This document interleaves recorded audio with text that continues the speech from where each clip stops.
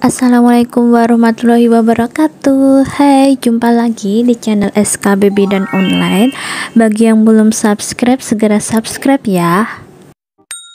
Oke, pada kesempatan kali ini kita akan belajar bersama tentang hamil anggur. Nah, apa sih yang dimaksud dari hamil anggur? Kenapa bisa terjadi hamil anggur? Oke, langsung saja kita simak ke materinya ya. Definisi dari hamil anggur atau molahidati dosa merupakan salah satu bentuk kegagalan kehamilan di mana fili Coriolis yang seluruhnya atau sebagian berkembang tidak wajar berbentuk gelembung-gelembung seperti anggur.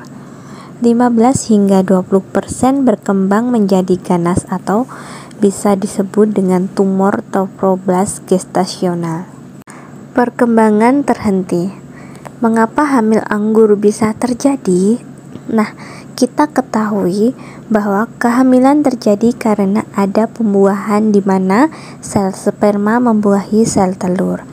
Normalnya, setelah pembuahan, sel telur yang telah dibuahi tersebut akan berkembang menjadi sekelompok sel berjumlah ratusan seperti bola. Nah, sel-sel yang berada di dalam akan berkembang menjadi janin, sementara sel-sel yang terletak di bagian luar akan membentuk trophoblas. Sel-sel yang membentuk trophoblas inilah yang kelak akan menjadi plasenta.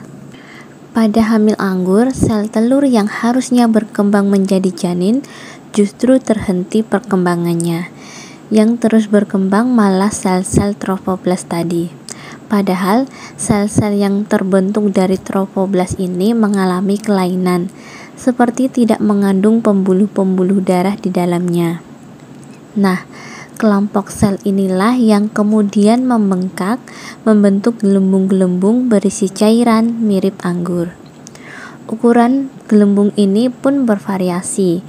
Ada yang berdiameter 1 mm sampai 1 hingga 2 cm.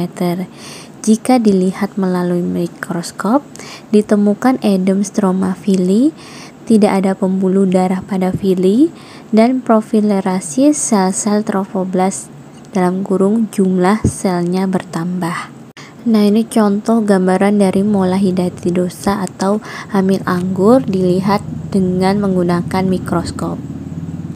Nah, ini dia wujud asli dari molahidati dosa atau hamil anggur.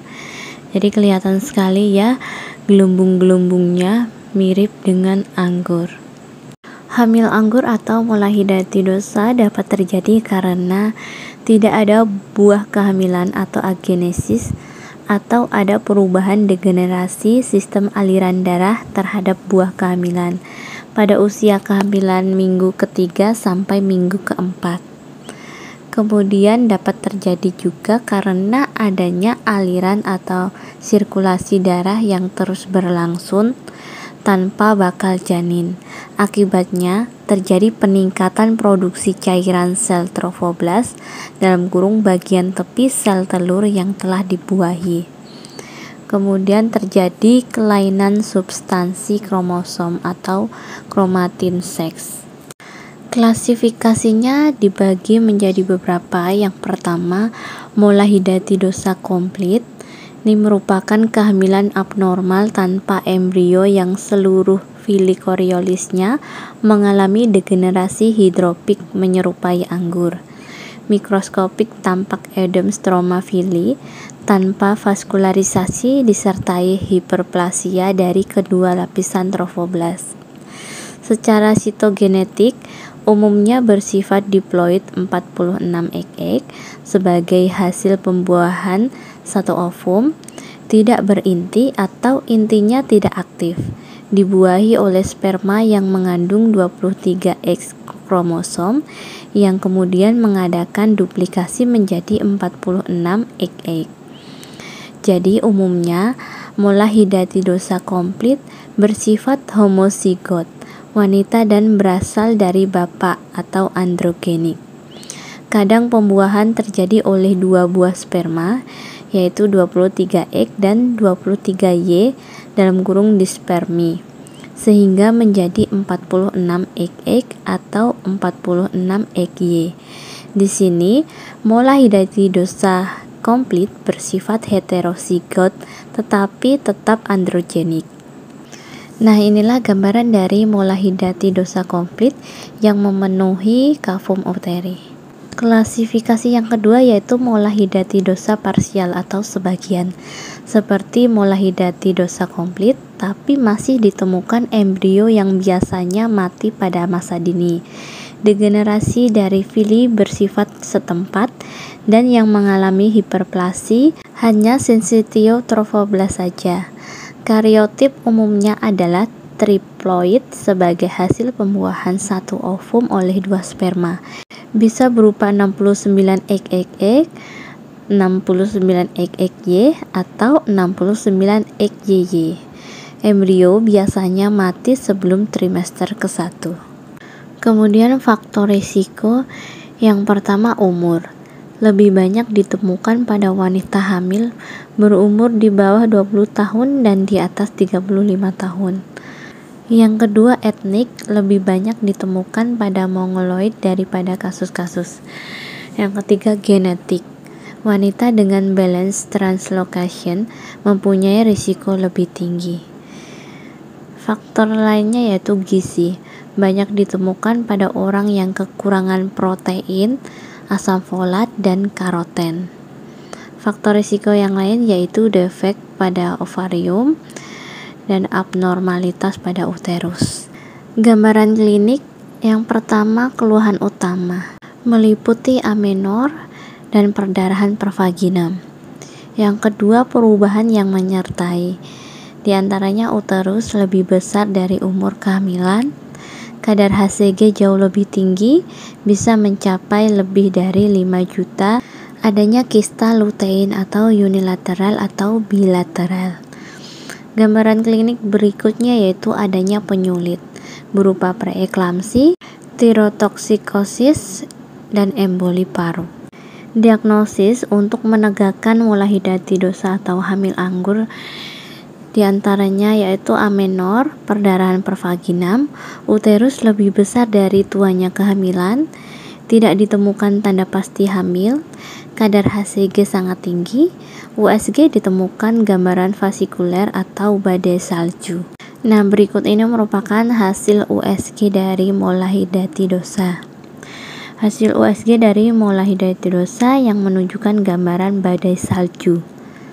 Nah, bisa dilihat dari gambar tersebut. Kemudian yang gambar warna ungu ini hasil dari pemeriksaan histopatologi dari mola hidatidosa. Untuk terapinya yaitu perbaikan keadaan umum, evakuasi, dan tindakan profilaksis. Perbaikan keadaan umum meliputi transfusi darah untuk mengatasi syok hipovolemik dan anemia, pengobatan terhadap penyulit, dan setelah pasien stabil lakukan evakuasi. Evakuasi dilakukan dengan kuret vakum, kemudian sisanya dibersihkan dengan kuret tajam. Tindakan kuret hanya dilakukan 1 kali, kuret ulangan dilakukan hanya bila ada indikasi. Pada kasus mola hidatidosa yang belum keluar gelembungnya, harus dipasang dulu laminaria stif dalam kurung 12 jam sebelum kuret. Bila perlu, dapat diberi narkose neuroleptik. Tindakan profilaksis adalah untuk mencegah keganasan pasca mola pada mereka yang mempunyai faktor risiko. Ada 2 cara diantaranya. Yang pertama, histerektomi dengan jaringan mola in toto atau beberapa hari pasca kuret.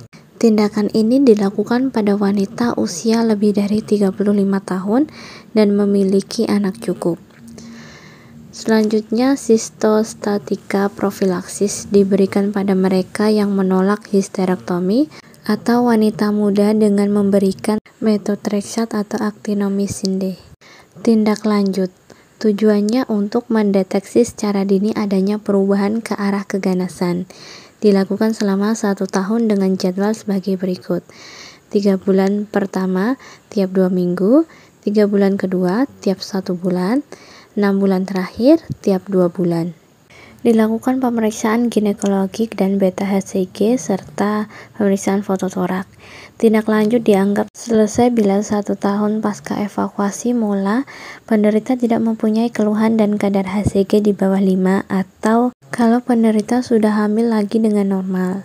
Selama tindak lanjut dianjurkan untuk tidak hamil dulu dengan menggunakan kontrasepsi kondom atau pil.